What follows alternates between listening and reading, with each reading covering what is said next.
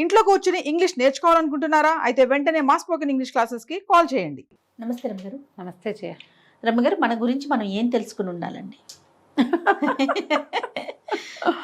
మన గురించి మనకు అన్నీ తెలియాలి జయ. అన్నీ తెలియాలి కదా. మన శక్తియుక్తులు, ఆ, మన బలాలు, మన బలహీనతలు, మన భయాలు, మన అనుమానాలు ఇవన్నీ తెలియాలి. ఖచ్చితంగా తెలియాలండి. మనమేంటో మనకి తెలియాలి. నాకేం కావాలో నాకు తెలిసి ఉండాలి కదా. ఇప్పుడు అన్నం తినడానికి కూర్చున్నాం అనుకో జయ, ఆడు వడ్డిస్తున్నాడని తింటాము మనం. మనకి కొన్ని టేస్ట్లు, ఇష్టాలు అవి ఉంటాయి. రుచులు కావాలనే తర్వాత feelings. మన పొట్ట తాలూకు సైజు, అంత Size. సైజా ఇంత సైజా ఇంతే ఉందా ఇది ప్రధానం. సైజు.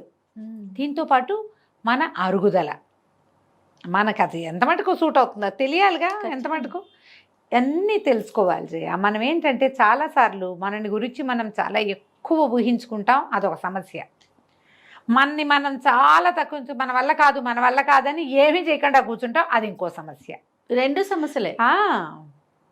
అబ్బో ఇవన్నీ నాతోటి కాదబ్బా, ఇవన్నీ ఎవరు చేస్తారు, అబ్బా మళ్ళీ ఇంకా పని చేయాలా, ఈ పని ఎవరు చేస్తారు, ఎంతెవరు చేస్తారు, నా వల్ల అంత కాదు, మనతోనే అంత కాదు, ఇవే. అలాగే గెంటుతూ చేస్తాం, నిజంగా వెళ్తే చేసేస్తాం. కానీ నా వల్ల కాదబ్బా, బాబు ఇంత పనే నేను చేయలేను. మరి చిన్నప్పుడు మా బావ చెప్తుండేవారు, పెరుగాను అబ్బా ఏంత అండక ఇంత అన్నం పెట్టేసావు, పెరుగాను ఎక్కువైంది ముందు తినేవే అంటుండేవారు. ఎంత ఎక్కువైందో చూపించారు, ఇంత ఎక్కువైంది, అది ముందు తినేసి ఇప్పుడు నీది నువ్వు తిను. అయిపోయే బాగుంది. ఎప్పుడు ఆయన రెగ్యులర్ డైలాగ్ అదే ఉండేది, ఎక్కువైంది ముందు చేసేయాలి. ఎప్పుడు కూడా ఆడవాళ్ళకి తమ శక్తియుక్తలు బలము తెలిసి ఉండాలమ్మా. నేను ఇంతే చేయగలను అని ఎప్పుడు అనుకోకూడదు. ఇంతే చేయగలిగితే నేను ఇంతే, నా వల్ల కాదు అంటే నువ్వు అక్కడ ఆగిపోతావు. ఆగిపోయావంటే దొరికిపోతావు. దొరికిపోతే ఇంకేముంది, ఇంకేం లేదుగా. అంతేగా. కానీ మనకి ఇంకేమీ లేదు, ఇలాగే ఉందాము, ఇలాగే కట్టుబానిసలాగా పడుందామని మనం అనుకోగలమా? పోనీ మనమే అడగే అనుకుని ఎటగొట్టా ఉన్నామనుకో, ఎవరినైనా స్వేచ్ఛా విహంగాలు చూస్తే మనకు మండిపోతూ ఉంటుంది. వీళ్ళు అన్నీ చేసేస్తున్నారు, మనమేమిటి ఇలా చచ్చుపద్దెమలా ఉన్నాం అనిపిస్తుంది. ఈ చచ్చుగా ఉండడానికి కారణము ఎక్కువ భాగం మనమేనని మనం నమ్మం, కానీ అక్షరాల అది నిజం. మనం చచ్చుగా చేతకాకుండా ముందుకెళ్ళలేకుండా ఏదో పనికిమాలినతనంగా అలా ఉన్నాము అంటే మనం ఏం చేస్తామంటే వీటన్నిటికీ కారణాలు చుట్టుపక్కల వాళ్ళని చేస్తాం. మా అమ్మ నాన్న అలా పెంచారంటాం, మా ఆయన అలాంటి వాడంటాం, మా అత్తగారు రాకాసి అందుకే నేను ఇలాగున్నానంటాం. లేకపోతే ఇవేమో కుటుంబాలు, ఆఫీసుల్లో మన పైవాళ్ళు, మా టీమ్ లీడర్ ఇలాంటి వాడు, లేదా మా ఆఫీసర్ అలాంటి వాడు, మా హెచ్ఎం ఇలాంటిది, అందుకే నేను ఇలా ఉన్నాను. ఏమీ కాదు, అది 50% కూడా కాదు. ఒక 30-40% పరిస్థితులు ఉంటాయి, మిగిలినది మనమే. మనని మనం రెడీగా ఉంచుకుంటే పరిస్థితులు 30-40 కదా. మెల్లిగా ఒకటి తోస్తావు, 10% వెనక్కి తోస్తావు దాన్ని. తర్వాత నీదే ముంచే ఈ పై చేయి అవుతుంది. ఓకే, అవును. ఈ పాయింట్ అయితే రెండోది ఇంకోటి ఉంటుంది, నన్ను నేను చాలా మిస్ ఇండియాగా ఊహించుకుంటాం.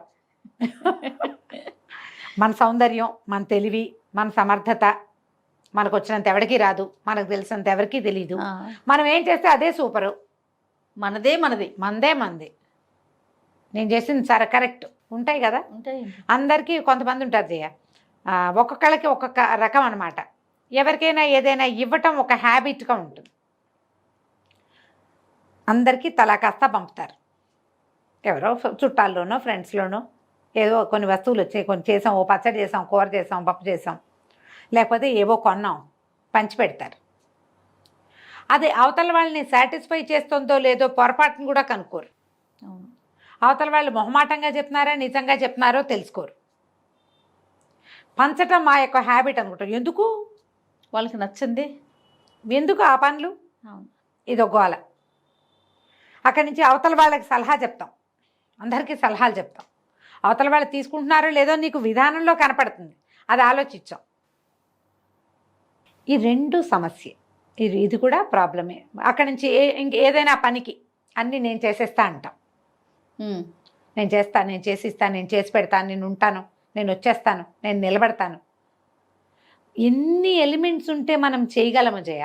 మరి ప్రతిసారి చేయగలుగుతామా? చేయలేం కదా. పోనీ దానికోసం చాలా కష్టపడుతున్నాం అనుకో, తగిన విలువ లభించట్లేదని ఫీల్ అవుతాం. మనకి విలువ లభించని చోట సహాయాలు చేయొద్దు, లేదా విలువ ఆశించకుండా ఉండు. పోనీ చేసి ఆశించొద్దు. నేను చేయదలుచుకున్నా చేసా అంతే, వాళ్ళు ఏమనుకున్నా సరే. కానీ వాళ్ళు బాగా చేయట్లేదు, నిలబెట్టుకోలేదు, వాళ్ళు నిలబెట్టుకోవట్లేదు. నేను ఎంతో చేశాను కానీ నన్ను గుర్తించట్లేదు, నా వల్లే బాగుపడ్డాను ఎవరికి చెప్పరు వాళ్ళు. అదొక ఎంత బాధగా ఉంది. ఈ సంబంధం నేనే కుదిర్చాను 100 సార్లు చెప్తారు. వాళ్ళు చెప్పాలి కదా, అసలు వాళ్ళు చెప్పాలి కదా. అసలు వాళ్ళు చెప్పాలి కదా. ఇప్పుడు నువ్వు ఒకళ్ళకి ఒక సహాయం చేసావు, వాళ్ళు లేదా నువ్వు ఒక చెప్పుకోవాలి. పని చేసావు, మనమే ఓ పని చేసాం, ఎంత బాగా చేశారు అని 10 మంది అంటారా? మేము చేసాం చూడండి అని నువ్వే చూపించుకుంటావా? ప్రస్తుతం అట్లానే ఉన్నాం కదా సుమగారు. కదా, నేను చేశాను చూడండి చూడండి అంటారు, అంటారు. అంతే, ఓహో అనరు. అనరు. ఈ ఓహో అనిపించుకోలేని పని ఎందుకు? ఓసారి చేసావు 2 సార్లు మానే హాయిగా. శక్తియుక్తులు తెలుసుకోండి. ఇప్పుడు మీకు అదైనా సరే సమస్యే, ఇదైనా సమస్య. ఓసారి అలాగో ఉంటాం, ఓసారి ఇలాగో ఉంటాం మనం. కానీ ఎల్లప్పుడూ అలాగో ఇలాగో మాత్రమే ఉండకూడదు, మధ్యస్థంగా కూడా వెళ్ళమంటారు. మధ్యస్థంగానే ఉండాలి. ఏదో ఒక సందర్భంలో డెస్పరేట్గా అవుతాం జయ, మనము పరిస్థితులు చేయి జారిపోతున్నట్టు, అదుపు తప్పిపోతున్నట్టు అనిపించినప్పుడు మనం లోగా ఫీల్ అవుతాం. ఫీల్ అయ్యి నాతోటి ఏం కాదు, నేనేం చేయలేను, నేను దద్దామని, నా వల్ల అవ్వదు అని ఒక రకమైన డిప్రెసివ్ స్టేట్లోకి వెళ్తాం. ఈ డిప్రెసివ్ స్టేట్ థింగ్ సహజం, కానీ ఇది రెగ్యులర్ ప్రోగ్రామ్గా ఉండకూడదు. అవును. దానివల్ల ఏమవుతుంది, క్రమంగా మీరు డిప్రెసివ్ మోడ్లోనే ఉంటూ ఉంటారు. అది మీకు మంచిది కాదు, మీ ఆరోగ్యానికి మంచిది కాదు, మీ ఫ్యామిలీకి, మీ సమాజానికి అసలు మంచిది కాదు. డిప్రెసివ్ మోడ్లో ఎప్పుడు అన్నిటికీ ప్రతిదానికి డీలా పడిపోవటం, ప్రతిదానికి మొహం వెళ్ళాడేయటం, ప్రతిదానికి ఏడ్చి మొత్తుకోవటం, మోటివేట్ అవ్వకపోవటం, ఇది మంచిది కాదు. ఇవన్నీ మీకు మానసిక సమస్యలకి దారితీస్తాయి. ఈ డీమోటివేట్ అయిపోవటము, లేదా డిప్రెసివ్ మోడ్లో ఉండడము, వీటితోటి ఏమవుతుంది, పీరియడ్స్ అలాంటివన్నీ డిస్టర్బ్ అయిపోతాయి జయ, హార్మోన్స్ డిస్టర్బ్ అవుతాయి, తద్వారా ఆరోగ్యం పాడవుతుంది. కరెక్ట్ అండి. మీ ఆరోగ్యం పాడైతే మీరు ఒకరే కాదమ్మా, ఒక స్త్రీ ఆరోగ్యం మీద వాళ్ళ కుటుంబం ఆధారపడి ఉంటుంది. ఎప్పుడు డీమోటివేట్ అయిపోవటము వాటిలోకి వెళ్ళబోకండి. ఎప్పటికప్పుడు మనం మోటివేట్ చేసుకో, ఎవడు చేయడు, మనమే చేసుకుందాం అంతే, మనమే హైలెస్సా అని వెళ్ళాలి ముందుకి. వస్తాయి, ఇలాగే వస్తుంది. ఏం చేయాలో అర్థం కాదు, ఏం చేస్తే ఏమవుతుందో అసలు అర్థం కాదు. కానీ ఏదో ఒక దాన్ని చూసి మోటివేట్ అవ్వాలి, ఎవరో ఒకళ్ళతో మాట్లాడి ముందుకెళ్ళాలి. మిమ్మల్ని దిగలాగేసే వాళ్ళు కాకుండా కొంచెం బూస్టప్ చేసి, ఇలాగే ఉంటుంది జీవితం, ముందుకెళ్ళు. ఏదో స్వీట్ తిను, ఓ ఐస్ క్రీమ్ తిను, కాసేపు బయటికి నడిచేళ్ళు, 4 వాక్ చేయి, ఎవరితో నా ఫ్రెండ్స్తో మాట్లాడు, మోటివేట్ అవ్వు, ముందుకెళ్ళు అని చెప్పే వాళ్ళని చూడండి. మిమ్మల్ని కాలు పుచ్చుకుని కిందకి లాగేసే జనాలు ఎవరైనా మీ సమాజంలో అంటే తుచ్చు, వాళ్ళతో వదిలేయండి వాళ్ళని. ఎప్పుడైనా వాళ్ళే హలో అనాలి, మీరు మాత్రం హలో అనదు. వాళ్ళు హలో అన్నప్పుడు అనండి, మీరే పనిమాల ఫోన్ చేసి మళ్ళీ ఇంకా కిందకి వెళ్ళిపోయే ప్రోగ్రాం పెట్టద్దు. అక్కడి నుంచి ఇంకొకటి ఉంటుంది, నువ్వు తోపువి, నువ్వు తురుమువి అని మిమ్మల్ని రెచ్చగొట్టే వాళ్ళు ఉంటారు. అవును రమ్మ గారు, చాలా మీకంత మీలాంటి వాళ్ళు మీరే. నువ్వు ఏమైనా చేసేయగలవు, నువ్వు ముందుండు అని తోసే వాళ్ళు ఉంటారు. నిన్ను తోస్తున్న వాళ్ళు ఎందుకు ముందులేరా ఓసారి ఆలోచించు. కరెక్ట్. అవునా పాయింట్? ఈ తోసి వినోదం చూద్దాం అనుకుంటున్నారా? నిన్ను ముందుకు తోసి వాళ్ళు ఏదైనా ఆశిస్తున్నారా? ఇది ఆలోచించండి. అలాంటిది ఏం లేకపోతే పర్వాలేదు, కొంతమంది ఉంటారు అట్లా, మన హైలెస్సా అంటూ ఉండేవాళ్ళు వాళ్ళే అంటుంటారు, మనం అనక్కర్లా, మన పడవని వాళ్ళే తోస్తారు. కానీ మీరు తోయబడద్దు. What is me, what I want, ఈ 2 మీకు తెలియాలి. తెలీదు, ఇప్పుడే ఆలోచిస్తున్నారు మనం మాట్లాడుతుంటే. ఇప్పుడు ఆలోచించండి, అసలు నేనేం చేయగలను, నేను అది చేస్తా ఇది చేస్తా. ఓ 10 మంది వస్తే వంట చేయగలవా నువ్వు? ఓ 25 మంది ఒక గ్రూప్ని మేనేజ్ చేయగలవా? ఆర్గనైజ్ చేయగలవా? ఒక 4 మంచి మాటలు చెప్పి అవతల వాళ్ళకి అర్థమయ్యేలా చేయగలవా? ఎవరినైనా మోటివేట్ చేయగలవా? ఎవరికైనా నచ్చ చెప్పగలవా? కనీసం నీ పిల్లలకైనా. ఏదైనా విపత్కర పరిస్థితి వస్తే హ్యాండిల్ చేయగలవా క్వశ్చన్స్ వేసుకో.